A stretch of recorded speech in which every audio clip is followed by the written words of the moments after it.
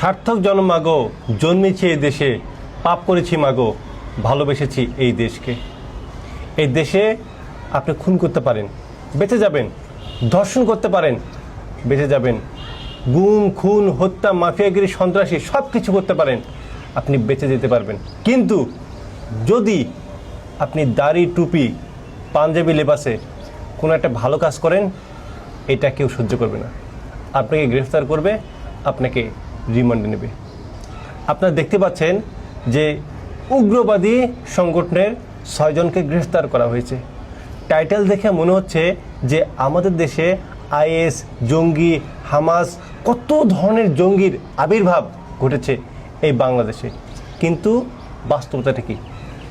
সত্যটা হচ্ছে খুলনা ছেলে শাহ আমানত সাবির, সে মাদ্রাসা পড়ুয়া এবং একজন মার্শাল আর্টিস্ট। সারা বাংলাদেশ যখন উত্তাল, ভারত যখন বাংলাদেশকে হুমকি দেয় যে বাংলাদেশকে দখল করব, বাংলাদেশের যুদ্ধ করব, তখন এই দেশের অনেক বড় বড় বুদ্ধিজীবী, অনেক বড় বড় যারা এই দেশকে প্রতিনিধিত্ব করে, তারা পর্যন্ত বলে যে আমাদের এই দেশে প্রাপ্তবয়স্ক প্রত্যেকটা মানুষের সামরিক প্রশিক্ষণ নেওয়া উচিত। সেখানে একজন মার্শাল আর্টিস্ট হয়ে তিনি শুধু চেয়েছিলেন যে প্রাপ্তবয়স্কদের এই মার্শাল আর্টটা শেখাতে। এই জন্য তিনি খুলনা, যশোর সহ বাংলাদেশে বিভিন্ন জায়গায় 5টি ব্রাঞ্চ খোলে।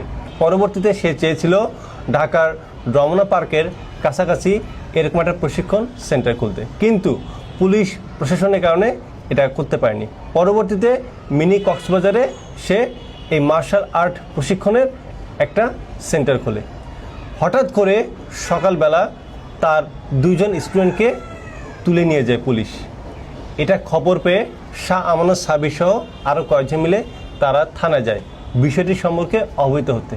ওমা, তারা 4 জন গেছে, 4 জনকে গ্রেফতার করা হয়েছে। আগের ছিল 2 জন, এই 4 জন, 6 জনকে গ্রেফতার করা হয়েছে। এটা হচ্ছে তাদের অপরাধ এবং এটা মূলত সন্দেহের ওপর নির্ভর করে। ব্রিটিশদের কালো অধ্যায় নামে পরিচিত 54 নং ধারার একটা বিতর্কিত বিষয় আছে, সেটা হচ্ছে যে আপনি সন্দেহের বশে কাউকে গ্রেফতার করতে পারেন।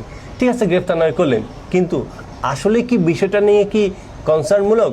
আবার দেখুন যে যারা ছাড়াতে গেছে, যারা এই বিষয়টা নিয়ে থানায় কথা বলতে গেছে, তাদেরকে গ্রেফতার করা হলো। ভবিষ্যতে এটা বাংলাদেশে কিন্তু খুব খারাপ একটা ইফেক্ট হলো, কারণ বলা যায় না কাকে কখন গ্রেফতার হতে পারে। আপনি তাকে ছাড়াতে গেছেন বা সত্যটা বলতে গেছেন, কিন্তু আপনাকে গ্রেফতার করা হলো, তাহলে তাদের পক্ষে দাঁড়াবেটাকে? এই যে শাহ আমানত সাবির এই যে মার্শাল আর্ট যে প্রশিক্ষণ নিচ্ছে, সে এই মার্শাল আর্ট সেন্টারের নাম দিয়েছে ফাতা কম্বাট। দেখে মনে হচ্ছে যে এটা হামাস জঙ্গি বা কি নাকি, কিন্তু সে কিন্তু যখন এই কাজটা শুরু করে রীতিমতো সে কিন্তু সবাইকে জানিয়ে, পুলিশ প্রশাসন সবাই জানে, এবং এটা নিয়ে কিন্তু মিডিয়াতেও সে সবার সামনে এই কাজটি করে যাচ্ছে। কিন্তু কেন তাকে গ্রেফতার করা হলো? এটা গ্রেফতার করার কারণটা হলো ভারতের রয়ের মধ্যে বাংলাদেশে কি না কি হয় সব কিন্তু ভারতে কিন্তু তথ্য যায়। যখনই তারা দেখতেছে কি ব্যাপার, বাংলাদেশের জনগণ ভারতের বিরুদ্ধে ফুঁসে উঠতেছে, তারা যুদ্ধের প্রস্তুতি নিচ্ছে, আপনি ভারতে গিয়ে দেখেন আরএসএস জঙ্গিরা কিভাবে তারা প্রাপ্তবয়স্কদের প্রশিক্ষণ দিচ্ছে শুধুমাত্র এই মুসলিমদের নিধন করার জন্য। বাংলাদেশে যখন এই কার্যক্রমগুলো শুরু হয়েছে তখন তাদেরকে জঙ্গি ট্যাগ দেওয়া হলো, তাদেরকে গ্রেফতার করা হলো। এই হচ্ছে 92% মুসলমানদের বাংলাদেশ।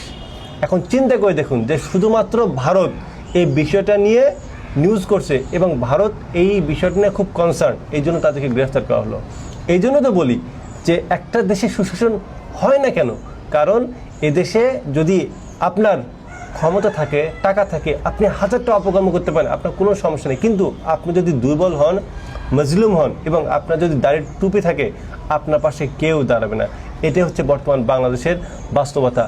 আমি ওই থানার পুলিশ প্রশাসনকে বলতে চাই যে আপনারা অবিলম্বে তাদেরকে সন্দেহজনকভাবে যেভাবে গ্রেফতার করেছেন তাদেরকে অবিলম্বে ছেড়ে দেন। এবং এটা তারেক রহমানের বাংলাদেশ, এটা তারেক রহমানের সরকার, এটা হাসিনার সরকার না। তাই আপনার জঙ্গি নাটক সাজিয়ে যে পার পাবেন এটা কখনই হবে না। সরকারকে বিতর্কিত করতে আপনারা যে একসাথে যে মাঠে নেমেছেন এটা কিন্তু আমরা দেখতে পাচ্ছি। এই সরকারকে বিতর্কিত করার কোনো চেষ্টা বা কোনো প্রচেষ্টা করলো, দাঁত ভাঙা জবাব দেওয়া হবে। আমি অবিলম্বে বলতেছি যে তাদেরকে ছেড়ে দেন এবং যারা প্রকৃত অপরাধী তাদেরকে ধরেন। এবং আমি দেশের সমস্ত মানুষকে বলবো যে আপনারা মার্শাল আর্ট শিখুন এবং এই বিষয়টা বাংলাদেশের চতুর্দিকে ছড়িয়ে দেন। আমাদের যুদ্ধের প্রশিক্ষণ নিতে হবে, আমাদের সামরিক প্রশিক্ষণ নিতে হবে এবং ভবিষ্যতে যে কোনো সংকট মোকাবেলার জন্য প্রস্তুতি গ্রহণ করতে হবে।